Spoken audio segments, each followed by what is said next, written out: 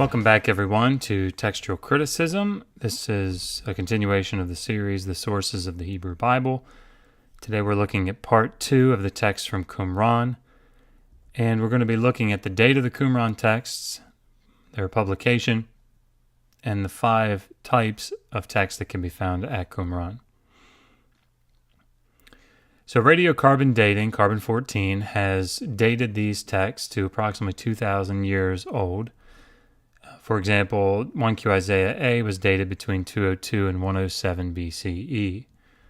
On paleographic grounds, the shape and the stance of the letters, that same manuscript, 1Q Isaiah A, was dated between 125 and 100, so you can see the overlap, verifying the accuracy of the date.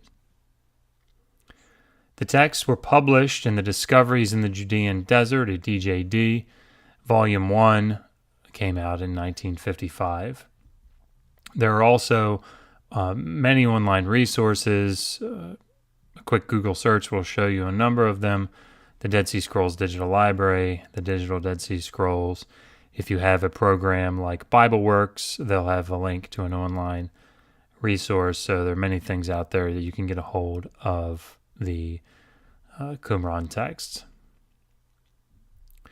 Now, the 5 types of text that can be found at Qumran begin with the text written in the Qumran practice, and that is texts that, based on their orthography, morphology, general scribal practice, were identified as having been written at Qumran.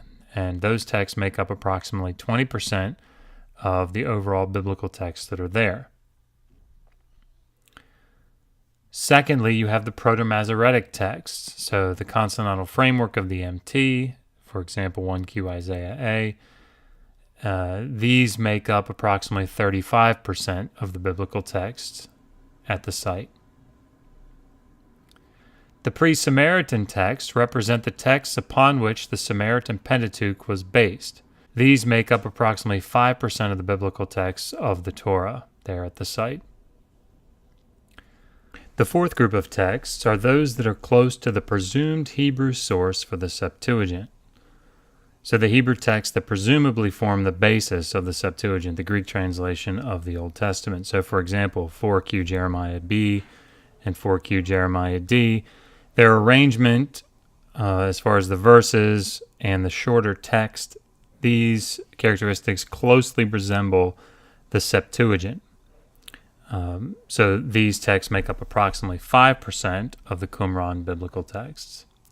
Finally, there's the non-aligned group. So these texts are not indicative. They don't fit in with any of the 4 that went before that we've discussed here, but they agree with the MT. Some agree with the MT, others with the Septuagint, others still with the Samaritan Pentateuch. This is sort of a catch-all group there at Qumran, and it represents approximately 35% of the total Qumran evidence, including the liturgical sources.